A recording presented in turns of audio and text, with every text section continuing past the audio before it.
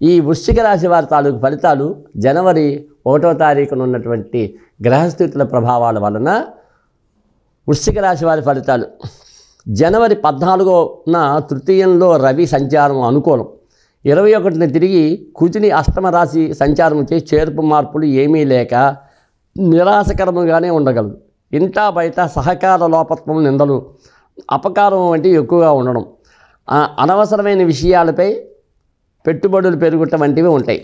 భాగస్వామిక వ్యవహారాదులు యందు వృద్ధిని చూడగలరు. ఫిబ్రవరి మాసం పూర్వార్ధం కంటే 12న రవి అర్ధాష్టమ స్థితి గతులు ఉండొచ్చే ప్రతి పనిలోనూ ఒత్తిడి, ఆలస్యం వంటివి ఉంటాయి. కుటుంబ ఖర్చులు ఒకదానిపై ఒకటి ఏర్పడడం వంటివి ఉంటాయి. అధికారులు, పెద్దలు వంటి వారిచే సహకారాలు ఏర్పరచుకుంటారు. వాహన యంత్రాదులు వాడకంలో జాగ్రత్తలు తప్పనిసరి చేయండి. అనారోగ్య భావనకు ముందు జాగ్రత్తలు చాలా అవసరం. అలాగే మార్చిలో వచ్చేసరికి కుజశని రాహువులు రవులచే ప్రతికూల గ్రహ సంచారములున్న ఇంటా బయట సామాన్య అనుకూలతలు ఉంటాయి. ఆదాయములు అవసరానికి సరిపడగలవు. సహోద్యోగులతో, భాతృవర్గం వారితోనూ లౌక్యంగా సాగండి.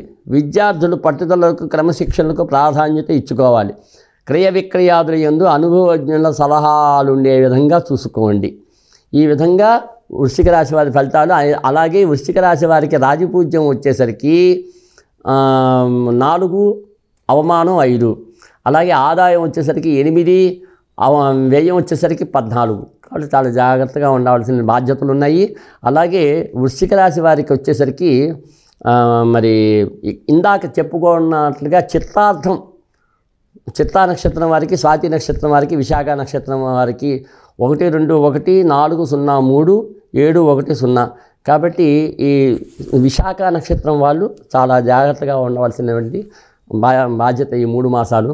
అలాగే మరి అనురాధ నక్షత్రం వాళ్ళకి, జ్యేష్ఠ నక్షత్రం వాళ్ళకి, మూలా నక్షత్రం వారికి, మూలా నక్షత్రం మొదటి పాదం వాళ్ళకి, వీళ్ళందరికీ కూడా 2, 2, 2, జ్యేష్ఠ నక్షత్రం 5, 0, 4, మూలా నక్షత్రం 0, 1, 1. కాబట్టి అనురాధ నక్షత్రం వారికి సరిసమానంగా ఉంటాయి ఆదాయ వ్యయాదులు. అలాగే జ్యేష్ఠ నక్షత్రం వారికి సరిసమానంగా ఉంటాయి ఆదాయ వ్యయాదులు.